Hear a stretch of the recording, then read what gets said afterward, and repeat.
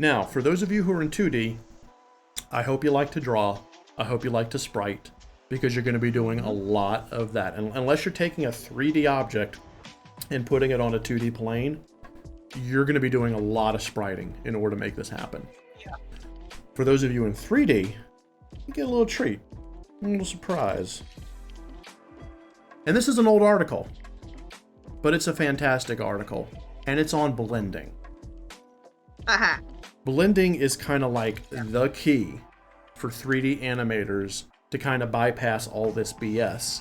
Now, it's not the only thing. You still have to create animations, but blending uses inverse kinematics, which I'll explain in a second, to blend two pieces of animation together so they look like they're just the same animation, and it's used all the time.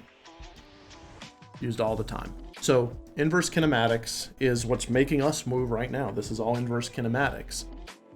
Inverse kinematics creates a series of bones, and if you notice, I'm only really moving my hand right here. You know, here's my hand, I'm moving it, but as I'm moving it, the elbow and shoulder are moving as well, and that's because these bones inside of here are built off of what's happening in my hand. As I move my hand, the avatar translates that data to my forearm, my bicep, my shoulder, and to some extent this part of my body. That's inverse. Yeah, that makes perfect sense. Yeah, that's inverse. Inverse IK. IK, yeah. So what blending does, and any 3D engine worth of salt should have the ability to blend, it would take, let's say for example, Steel's in a battle. I'm in a turn-based battle engine, and I have my hand out here, have my sword back here, I'm getting ready to attack, and that's an animation. This is my battle idle animation. I think I'm Titus right now. But then I go into the run animation where I have the sword. That's a different animation. It's not from here to here. When I'm in my idle animation, my hand over here is moving with the sword. This hand's moving up and down like I'm parrying the enemy with my hand, if that works.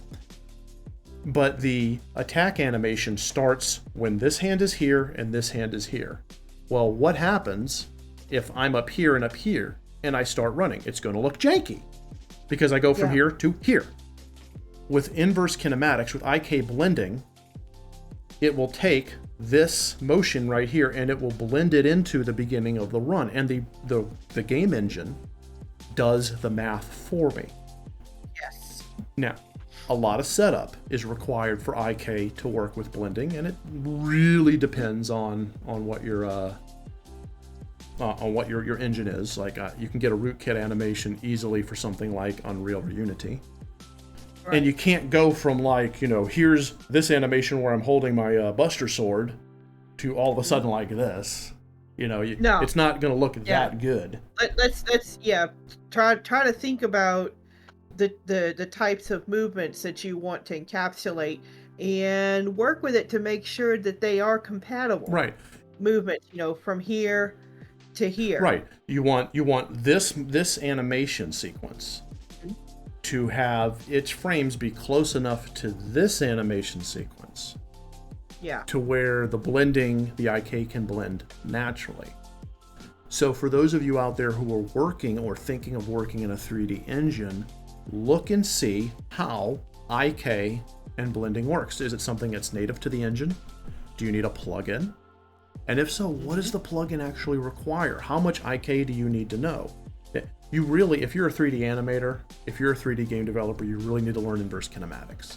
You don't need to learn how to be a fantastic, super duper animator, but you have to know how they work. Yeah.